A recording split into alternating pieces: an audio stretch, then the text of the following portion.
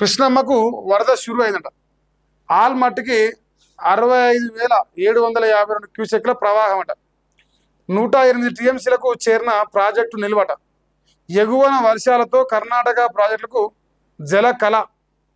మరో 2-3 రోజుల్లో ప్రాజెక్టు పూర్తిగా నిండే ఛాన్స్ ఉందట. ఆ తర్వాతే శ్రీశైలం వైపు ప్రస్తుతానికి విలవెలబోతున్న మన ప్రాజెక్టులు చూసుకోవాలి. కృష్ణానదిలో వరద వస్తుందట.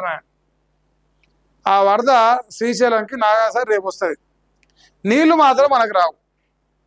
నీళ్లు పోతిరెడ్డి పాడు పొగ కొట్టుకొని ఆంధ్రాన్ని దొడకపోతాడు. ఆయన అలా మంగళారతి పాడబాదు ఇట్లా కాలువ కాడ.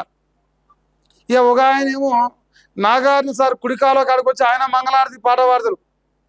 సో ఆ రెండు కూడా ఆంధ్రాకే పోతాయి.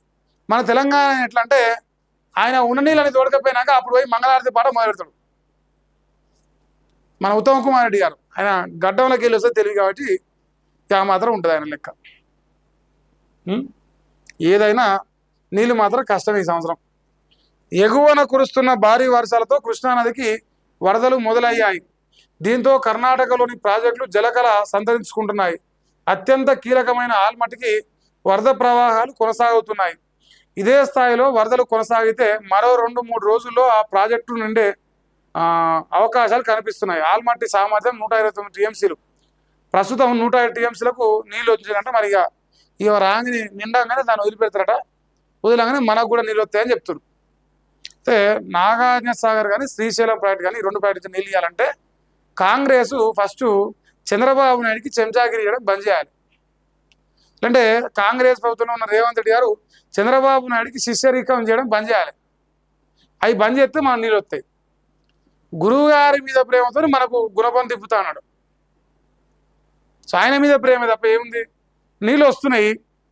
గోదావరి నుంచి నీళ్ళు వచ్చినాయి. కాళేశ్వరాన్ని బూచిగా చూపించి పంపించారు. రేపు కృష్ణానదికి నీళ్ళు వస్తాయి. కృష్ణానది నుంచి నాగార్జున సార్ శ్రీశైలం నీళ్ళు వచ్చినాక తీరా తెలంగాణ ప్రజలకు నీళ్ళు అన్నప్పుడు తోడుకొని పోతుండు. మేము అది కేంద్రంలో కేఆర్ఎంపీతో అనమాట మేము కొట్లాడుతున్నాం మా వాటా కోసం అంటారు.